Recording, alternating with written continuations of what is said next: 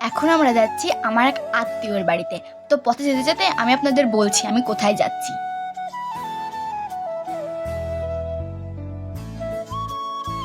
আমরা যাচ্ছি খুব কাছের এক আত্মীয়, আমার বাবার মাসির ছেলের ছেলের জন্য। কিন্তু আমাদের খুব একটা কাছের আত্মীয়, যতই দূর হোক। এবার রওনা দিয়েছি।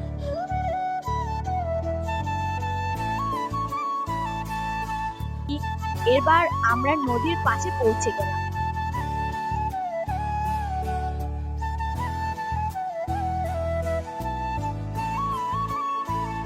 এরপর আমরা নৌকায় উঠলাম। খুব সুন্দর একটা প্রকৃতি খুবই সুন্দর। আমরা এবার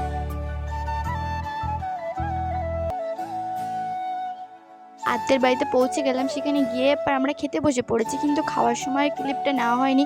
অনেকে তো সন্ধ্যাবেলায় খায় না, আমি তো সারাদিন খাই না। ওখানে কিন্তু খুব সুন্দর করে সাজানো ছিল।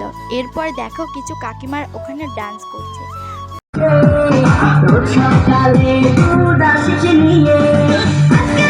আমাদের বার্থডে বয় কেক কেটে দিল।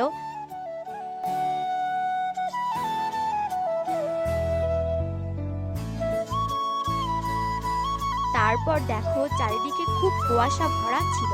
এখন আমরা বেরিয়েছি রস হাইজ্যাক করতে। এরপর রস হাইজ্যাক করতে গিয়ে কেলানি খেয়ে সাধু হওয়ার জন্য আমরা বাবা ভোলানাথের মন্দিরে চলে আসলাম। এখানকার শিবলিঙ্গটা খুবই জাগ্রত। বাড়ি ফিরে চলে আসলাম। So guys, bye by.